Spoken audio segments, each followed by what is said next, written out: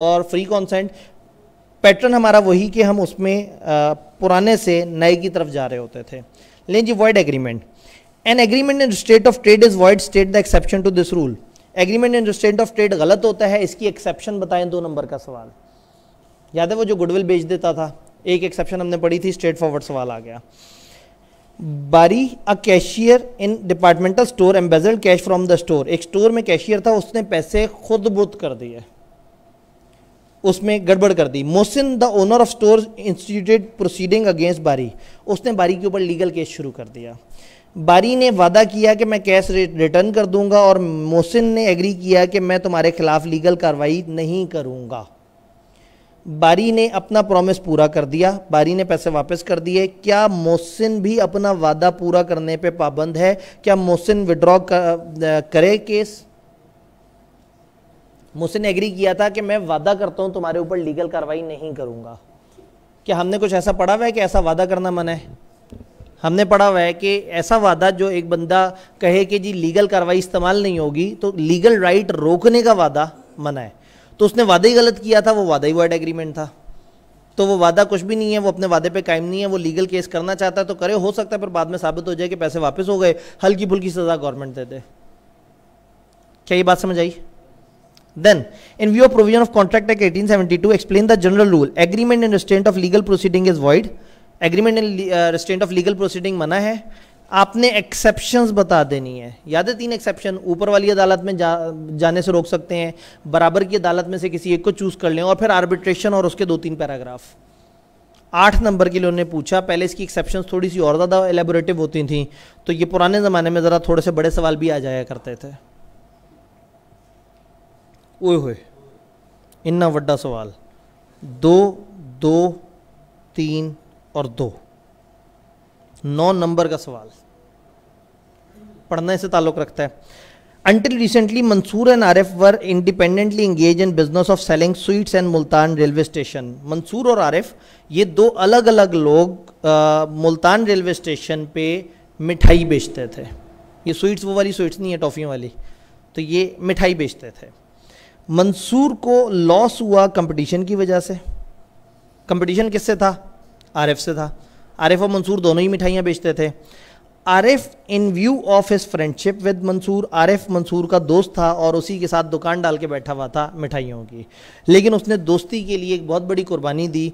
Agreed to move his business to the old city area, उसने उसके साथ agree किया कि मैं तुम्हें कम्पीट नहीं करूँगा, मैं अपना बिजनेस उठा के कहीं और ले जाऊँगा। They reach an agreement that Arif would not engage in any competing business with Mansoor. आपस में तय किया कि हम एक दूसरे से कंपटीशन नहीं करेंगे, एक दूसरे को रोक दिया। तुम रेलवे स्टेशन में नहीं बिजनेस करोगे, मैं वहाँ बिजनेस नहीं करूँगा। कहाँ गया था वो? Old city area. तो उसने कहा तुम जो है वो ओल्ड सिटी एरिया में बिजनेस करो, मैं करूँगा रेलवे स्टेशन पे बिजनेस। तुम मेरे इलाके में नहीं आओगे, मैं तुम्हारे इलाके में नहीं आऊँगा। आपस में खुद ही मुकमुका कर दिया, एक दूसरे को बिजनेस करने से रोक दिया। It was also agreed that in case of breach, अगर ब्रीच हुआ, none of them would have recourse to a court of law for enforcement of the right. साथ में ये भी तय कर लिया कि अगर तुम में से, हम दोनों में से कोई भी खिलाफ वर्जी करेगा तो हम अदालत में नहीं जा सकते। 2 गुस्ताखियाँ कर ली, एक तो बिजनेस करने से भी रोक दिया एक दूसरे को, और अदालत जाने से भी रोक दिया।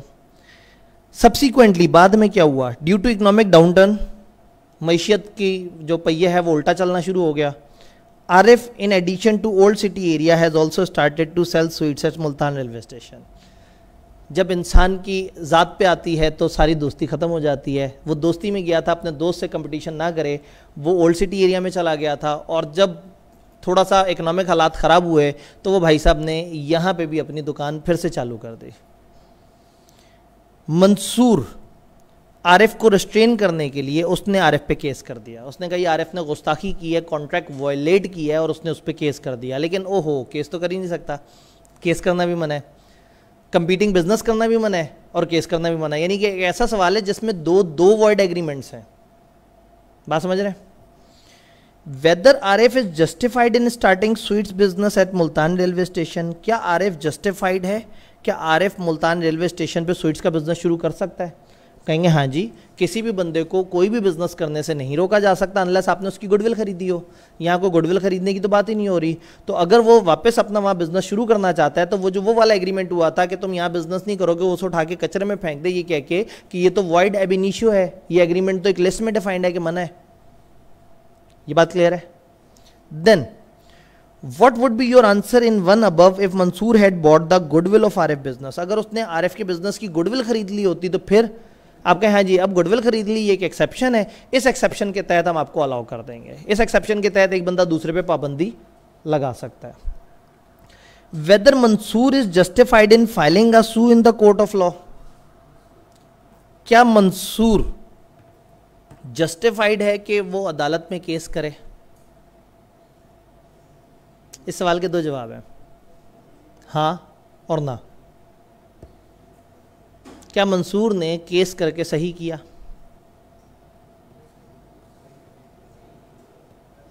चलें, केस का मुद्दा क्या है कि यहां क्यों बिजनेस शुरू कर रहा है?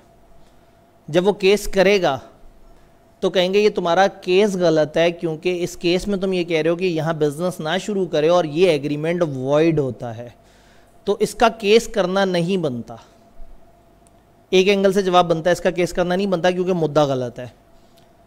और इस सवाल को यूं भी पढ़ सकते हैं कि वो पूछना चाह रहे हैं कि क्या वो केस कर सकता है, हालांकि उसको तो पाबंदी थी तुम केस नहीं कर सकते। तो हम कहेंगे केस ना कर सकने वाली बात भी तो गलत थी। तो हम कहते हैं कि तुम केस नहीं कर सकते लेकिन कानूनी तौर पे वो केस कर सकता है, तो वो केस कर सकता है। सवाल ये है कि वो केस जिस मुद्दे पे कर रहा है वो मुद्दे में जीतेगा? नहीं, क्योंकि मुद्दा ये है कि जी ये बिजनेस इसने क्यों शुरू किया, मैंने तो उसे मना किया था, तो वो इस वजह से केस नहीं कर सकता। तो इस सवाल का जवाब यस लिखने वाले को भी पूरे नंबर मिल सकते हैं, नो लिखने वाले को भी, डिपेंड करता है आपने रीज़न क्या दिया है। अगर आप रीज़न दें कि मुद्दा गलत है, इस मुद्दे पे केस नहीं बनता, तो ठीक है, केस नहीं हो सकता। आप कहें केस करने से रोकना गलत है, ये केस कर सकता है, हारे जीते वो बात की बात है, तो केस तो कर सकता है ना? मजे का सवाल, दोनों तरफ से जवाब निकल रहा है। क्या ये लॉजिक समझ आई है? What would be your answer in 3 above if both Arif and Mansoor had agreed to refer their dispute to arbitration and not to the court of law? अगर वो कहें हम अदालत की तरफ नहीं जाएंगे, हम आर्बिट्रेशन की तरफ जाएंगे, तो हम कहेंगे हाँ जी ये एक्सेप्शन अलाउड है, आप अदालत को छोड़ के आर्बिट्रेशन की तरफ जा रहे हैं, दिस इज अलाउड। अगर दोनों ने मान लिया है तो अदालत को छोड़ के आर्बिट्रेशन की तरफ जा सकते हैं, लेकिन साबित कुछ नहीं होना। क्योंकि क्या इशू लेके जा रहे हैं आप, इसने बिजनेस क्यों शुरू किया, वो एग्रीमेंट वॉइड था। तो ये दो वॉइड एग्रीमेंट्स हैं जिनके ऊपर डिस्कशन है। यानी वो जानना ये चाह रहे हैं कि क्या आपको दोनों वॉइड एग्रीमेंट्स पता है और क्या आपको दोनों की एक एक एक्सेप्शन पता है। तो बड़ी चालाकी से उन्होंने सिनेरियो में बड़े खूबसूरत तरीके से सारी बात की है। डन। किताब की सॉफ्ट कॉपी आपके पास मौजूद है, गूगल ड्राइव का वो लिंक तो काम कर रहा है, आपने इसके सोल्यूशन को देखना है तो बड़े मज़ेदार तरीके से आपको एलेबोरेट होता नजर आएगा कि बात किस तरह से डिस्कस की है। कहानी को आगे बढ़ाते हैं।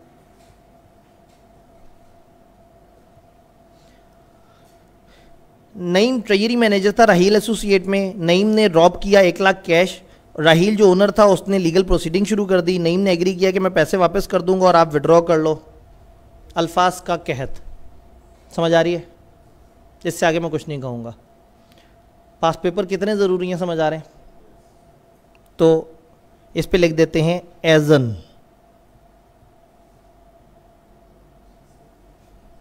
पता नहीं आपकी उर्दू कमज़ोर है, छोड़ देते हैं। सेम एज अबव, जैसा पीछे बयान किया गया है वैसे ही। तो वो जो हमने पीछे डिस्कस किया वही। Salman agree to supply cotton yard to Rehan for entire year. उसने कहा पूरे साल में तुम्हें कॉटन सप्लाई करूंगा जब तुम मांगोगे। जो होलसेल प्राइसेज हैं प्रिवेलिंग उस पर। Contract also stipulated that in case of dispute Salman and Rehan would not seek settlement through court. उन्होंने कहा अगर हमारा झगड़ा हो हम अदालत में नहीं जाएंगे, आपने बताना है कि ये कॉन्ट्रैक्ट वैलिड है या नहीं है, और अगर बेईमानी होती है, गड़बड़ होती है, तो क्या रेमेडी अवेलेबल है। तो अदालत जाने से रोकने के एग्रीमेंट गलत है, तो अगर झगड़ा होगा तो क्या रेमेडी अवेलेबल है, वो अदालत जा सकते हैं। Under provision of contract act explain the circumstances in which a person may be restricted from carrying on a business. वो कौन सी जगह है, वो कौन सी सिचुएशन है जहां बंदे को बिजनेस करने से रोक सकते हैं, गुडविल जब आप खरीद लेते हैं। तो आप अगर गौर से देखें तो तकरीबन एक क्रैमिंग वाली बात पूछी है, एक हैवी सिनेरियो था, बट उसमें भी उन्होंने बस ये पूछने की कोशिश की कि आपको रट्टा लगा हुआ है या नहीं लगा हुआ। फ्री कॉन्सेंट की तरफ आते हैं, फ्री कॉन्सेंट के सवाल। Identify the situation when consent is said to be free. वो कौन सी सिचुएशन है जहां कॉन्सेंट फ्री कहलाएगी? कॉन्सेंट वहां फ्री होगी जहां वो 5 चीजें नहीं होंगी। लिख देंगे आप। What constitute fraud under provision of contract act? Fraud की डेफिनेशन पूछ डाली।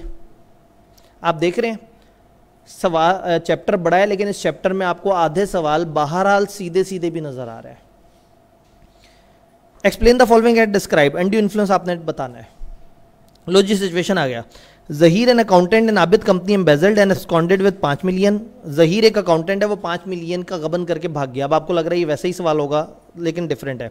Abid obtained a promissory note from his wife Bint Aslam for the said amount when he informed her that her husband would be arrested against the charge. जो company वाले हैं, जो आबिद है, जो business का मालिक था, उसने जो है वो उसकी बेगम बिनते असलम को डराया कि देखो अगर तुम्हारे ये शौहर की ये चोरी मैंने वो पेश कर दी लोगों के सामने तो वो उसको जेल में डाल देंगे। तो उस बेचारी ने लिख के दे दिया, ठीक है जी हम आपको लाख रुपया दे देंगे। वो उसने उसे डराया कि देखो हम उसको अरेस्ट कर लेंगे और अखबार में उसका नाम आ जाएगा।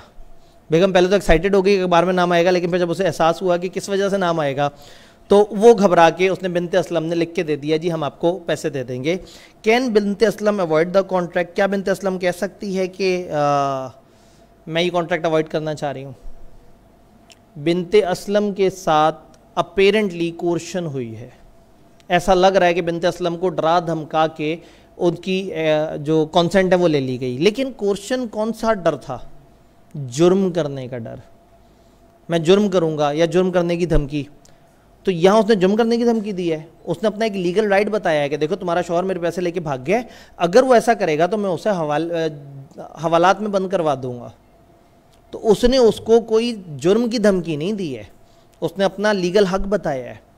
तो ये कोर्शन नहीं हुआ, ये जहन में रखना है। कोर्शन है जुर्म या जुर्म की धमकी। तो यहाँ बिनते असलम जो है वो बेचारी एवं घबरा के उसने जो है वो प्रॉमिसरी नोट लिख के दे दिया है। अब वो अवॉइड नहीं कर सकती, वो ये नहीं कह सकती कि मेरे ऊपर कोर्शन हुआ है। हाँ, अगर पुलिस वालों ने आगे कहा होता कि लिख के दे दो तो कह देती कि एंड्यू इन्फ्लुएंस हुआ है, इनके पास अथॉरिटी थी और मैं उस अथॉरिटी से डर गई थी। याद है? Distinguish between fraud and misrepresentation 5 number के लिए उन्होंने पूछ लिया। किताब में 2 बातें लिखी हुई हैं, पुराने ज़माने में ज़्यादा बातें होती थी, अब तकरीबन 2 बातें हैं। तो चलो ठीक है, जितने नंबर हैं, अब सवाल आएगा तो शायद कम नंबर के लिए आ जाए। करीम bought a textile film mill from Laik on his assurance and certificate from registrar that mill and its assets were free from any encumbrance. करीम ने एक टेक्सटाइल मिल ली लईक से और उसमें था कि इसके एसेट पे कोई एनकम्बरेंस नहीं है, कोई चार्ज क्रिएट नहीं हुआ, उसके ऊपर कोई मसलो मसाइल नहीं है। Later, Kareem received a notice for payment of mortgage dues and found that certificate of registrar was forged by Laik. बाद में उसे पता लगा कि Laik ने धोखा दिया था और रजिस्ट्रार का जो सर्टिफिकेट था जो कहता था सब क्लीन है, वो 2 नंबर बनाया था दूसरे बंदे ने। बताएं करीम के पास कोई राइट अवेलेबल है? करीम के साथ धोखा हुआ, फ्रॉड हुआ, वॉइडेबल ऑप्शन उसके पास है, डैमेजेस क्लेम कर सकता है, कॉन्ट्रैक्ट खत्म कर सकता है। In light of contract explain the difference between coercion and undue influence. Coercion और अनड्यू इन्फ्लुएंस के डिफरेंस बताएं। 6 नंबर का सवाल आप तो लोटे में चाह देंगे, 7.5 नंबर ले लेंगे आप इसमें। ठीक है जी। Under provision of contract act describe the following. Undue influence बताएं, फ्रॉड बताएं। 12 नंबर उन्होंने कहा आज हम बांटने के लिए बैठे हुए हैं, ले जो लेके जाना है हमसे। Shafiq bought Abad motorcycle factory in Faisalabad on Abad representation that 50,000 motorcycle are assembled at his factory. एक बंदे ने दूसरे की फैक्ट्री खरीदी इस बात पे कि दूसरे ने उसको स्टेटमेंट दी थी कि मेरी फैक्ट्री में 50,000 मोटरसाइकिलें असेंबल होती हैं। ओपिनियन नहीं है, फैक्ट बताया है। Shafiq later found that the factory has the capacity to manufacture 35,000 motorcycle. उसे बाद में पता लगा कि भाईजान यहाँ तो सिर्फ 35,000 मोटरसाइकिल असेंबल होती हैं। Shafiq no want to rescind the contract. वो कहना चाहता है मैं कॉन्ट्रैक्ट खत्म करना चाहता हूँ, मेरी कॉन्सेंट जो है मिस रिप्रेजेंटेशन से ली गई है। तो बताएं कि under the provision of contract act list the circumstances under which Shafiq may not be able to rescind the contract.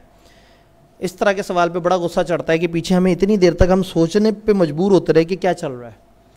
पूरी कहानी बताई, उन्होंने कहा ऐसा हुआ वैसा हुआ वैसा हुआ, आप वो ज़रा दो एक्सेप्शंस बता दो जिस पे कॉन्ट्रैक्ट को आप वो नहीं कर सकते, वॉइड नहीं कर सकते। सवाल वो ये पूछना चाह रहे थे कि वो कौन सी दो एक्सेप्शंस हैं जहाँ कॉन्ट्रैक्ट वॉइड नहीं कर सकते। सिनेरियो बनाया और सिनेरियो बना के कहा अच्छा चलो वो बात तो अपनी जगह, आओ तुमसे एक और सवाल पूछते हैं। तो ये नीचे वाली स्टेटमेंट का ऊपर वाले से दूर दूर तक कोई ताल्लुक नहीं, लेकिन ये टाइप 2 सवाल है, तो यहाँ पे शफीक का जिक्र करना बड़ा मुनासिब होगा। आप कहेंगे फॉलोइंग आर द सर्कमस्टांसेस जिसमें शफीक जो है वो कॉन्ट्रैक्ट को रिस्काइंड नहीं कर सकता ऑन द बेसिस ऑफ ये मिसरिप्रेजेंटेशन, और मिसरिप्रेजेंटेशन की जो दो एक्सेप्शन है, इग्नोरेंस वाली और वो जो ऑर्डिनरी डिलीजेंस से पता कर सकता था तो वाली बात लिख दे।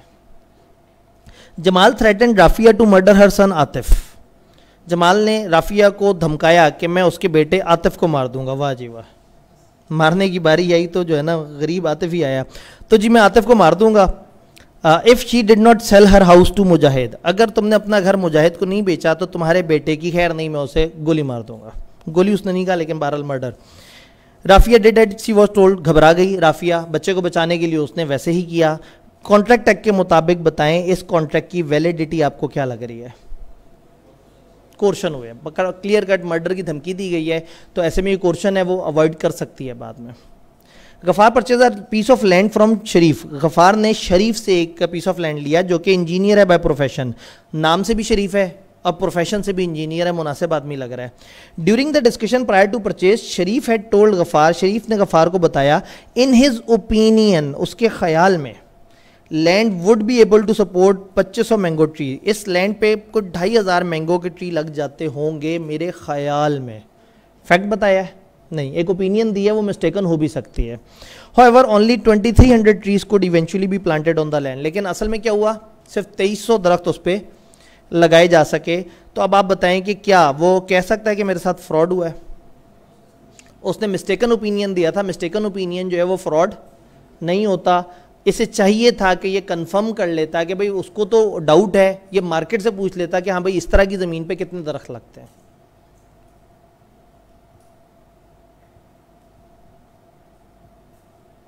ले जी, मुगल एंड दाऊद जो है वो राइस में ट्रेड कर रहे हैं। दाऊद ने एंटर किया मुगल के साथ कॉन्ट्रैक्ट कि वो 50 टन ऑफ राइस खरीदेगा।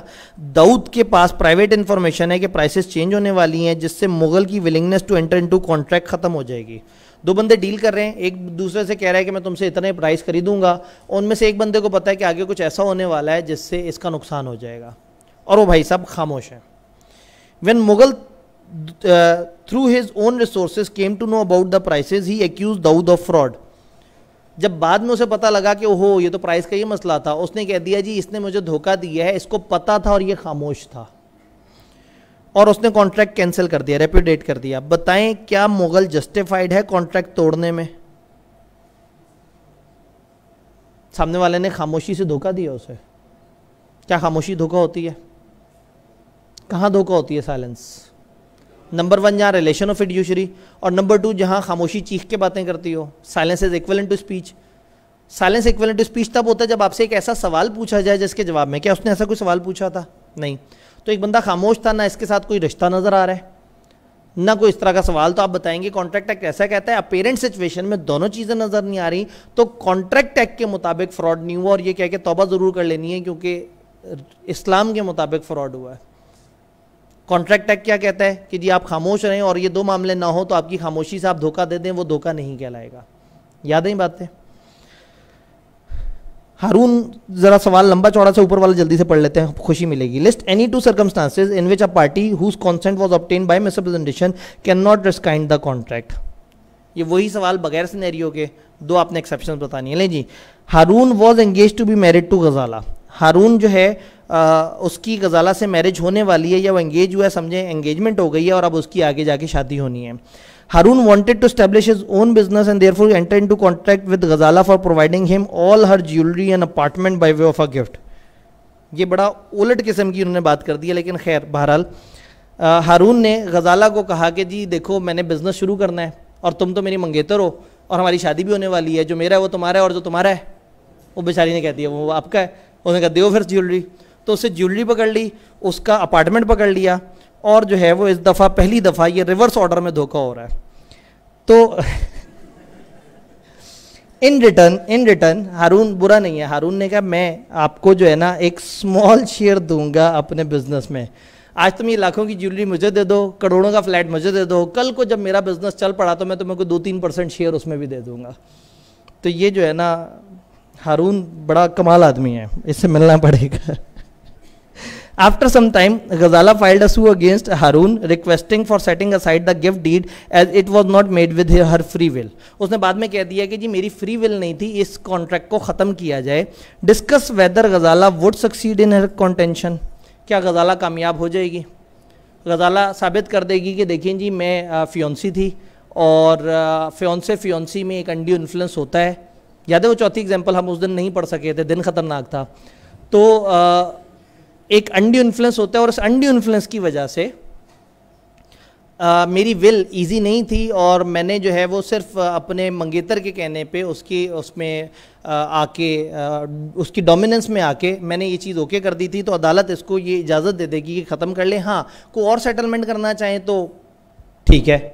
याद है अनड्यू इन्फ्लुएंस में ज़रूरी नहीं कि वो वापस किए जाएँ, हो सकता है ये कोई और सेटलमेंट आपस में कर लें। सुल्तान ने इलेक्ट्रॉनिक अप्लाइंसेज लिए हैं 7 लाख के ज़मीर से 30 डेज के क्रेडिट पे। At the time of purchase Sultan knew that he was in insolvent circumstances. Sultan ने 7 लाख रुपए ज़मीर से लिए और अपने ज़मीर को सुला दिया था उसने। सुल्तान को पता था कि मेरे पास पैसे नहीं है और सुल्तान जो पैसे ले रहा था इस यकीन कामिल की मंजिल पे बैठा था कि आगे तो मेरे हालात पतले हैं, वापस तो मैं कर ही नहीं सकता।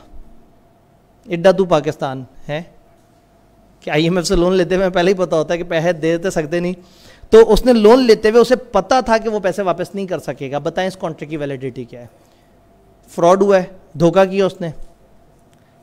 कौन सा वाला धोखा किया है? 5 धोखे के नाम आपको पता है।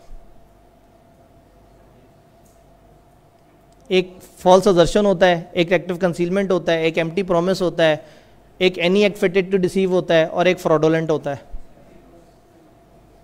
हो सकता है आप एनी एक्ट कह दें, लेकिन अगर गौर से देखें ना ये खोखला वादा है, झूठा वादा। एक बंदा जिसको कंफर्म पता है कि मेरे पास आगे पैसे नहीं होने और वो पैसे मांग रहे हैं इस वादे पे कि मैं पैसे वापस कर दूंगा, तो ये वादा उसे पहले दिन से पता है कि उसने परफॉर्म। तो आप एम्प्टी प्रॉमिस भी लिख सकते हैं और any act fitted to deceive भी लिख सकते हैं। दामने वक्त में गुंजाइश कम, जल्दी से आगे चलते हैं। BT is engage in business of import purchase and supply of electronic item. ये वाली कंपनी का जिक्र अक्सर हुआ है। ये एक ही सवाल के कई पार्ट थे जो अलग अलग चैप्टर से आंसर होते थे, एक पार्ट इस चैप्टर के हिस्से आया।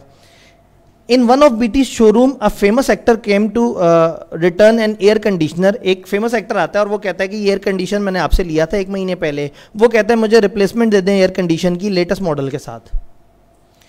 जब शोरूम के मैनेजर ने उसे रिफ्यूज़ किया तो एक्टर अपसेट हो गया और उसने थ्रेटन किया कि मैं जो प्रोडक्ट शोरूम में डिस्प्ले हो रही हैं उनको तबाह कर दूंगा। कंसिडरिंग द सिचुएशन मैनेजर घबरा गया, उसने एग्री कर दिया कि वो लेटेस्ट मॉडल उसे दे देगा। बताएं इन दोनों के दरमियान ये जो लेटेस्ट मॉडल की एयर कंडीशन का एग्रीमेंट है ये सही है या गलत है? क्यों गलत है? कोर्शन हुई है, उसने डराया धमकाया और बेचारा डर गया। भाई किसी की दुकान पे जाके डैमेज करना, किसी की दुकान किसी की प्रॉपर्टी को नुकसान पहुंचाना एक गलत चीज़ है। तो अगर गलत चीज़ का उसने उसको डरा के धमका के एग्रीमेंट कर लिया तो वो एग्रीमेंट ठीक नहीं है। मुझे ये नहीं समझ आती कि इसमें फेमस एक्टर की क्या ज़रूरत थी। कोई भी इंसान आके डरा धमका सकता था। तो बहरहाल उन्होंने फेमस एक्टर जो है वो कंपनी की मशहूरी के लिए डाल दिया। आप ये सोचते रहेंगे कि फेमस एक्टर है तो शायद कोर्शन ना हो, शायद अनड्यू इन्फ्लुएंस हो, तो ये कोर्शन है। उसने